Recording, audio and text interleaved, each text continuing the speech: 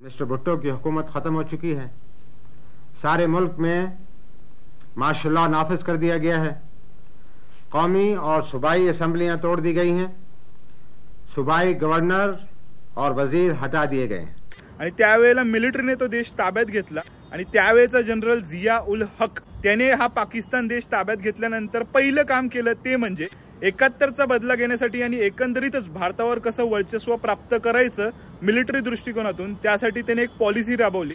त्या पॉलिसीला इंग्रजीमध्ये bleed India into 1000 cuts अशा प्रकारे म्हटलं जातं। साध्या भाषेत सांगायचं झालं तर कुठलाही मोठा जोर द्यायचा नाही किंवा कुठलीही मोठी जखम करायची नाही, तर छोटे छोटे असे छिद्र करायचे भारताच्या एकंदरीत भागांवर की तिथून रक्त गळत राहील आणि त्यामुळेच भारताचा मृत्यू होईल। अशा प्रकारची ही संकल्पना होती।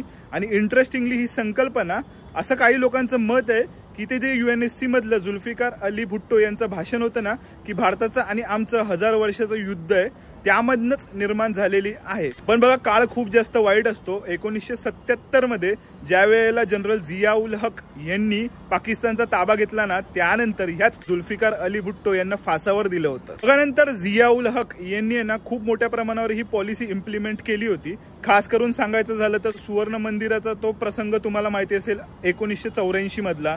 त्यानंतर जवळपास 1990 पासून आतापर्यंत हल्लीपर्यंत 370 कलम जात नव्हतं तोपर्यंत काश्मीर धगधगतच होता। त्यानंतरचा पाकिस्तानने केलेला प्रयत्न म्हणजे 1999 मध्ये कारगिलचं युद्ध झालं, त्यानंतरचा संसदेवरचा हल्ला आणि नंतर 26 नोव्हेंबर 2008 रोजी झालेला मुंबई मधला दहशतवादी हल्ला। पुढे जाऊन सुद्धा अनेक दहशतवादी हल्ले भारतावर घडून आले। फ्रेश मधला सांगायचं झालं तर पहलगाम मधला दहशतवादी भ्याड हल्ला असेल।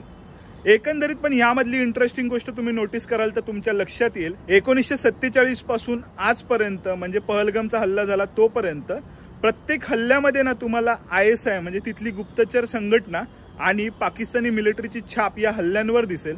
पण इंटरेस्टिंगली एका पण या हल्ल्याची जबाबदारी पाकिस्तान मिलिटरीने किंवा गुप्तचर संस्थेने घेतली नाही।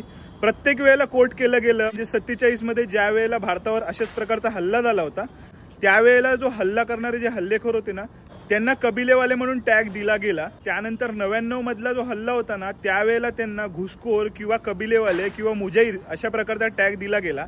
आणि आताचे तुम्हाला माहिती असतील एकंदरीत सर्वांना दहशतवादी म्हणून टॅग दिला जातो। त्यांना नॉन स्टेट ऍक्टर किंवा हे पाकिस्तानचे नागरिकच नाहीत अशा प्रकारचा टॅग दिला जातो।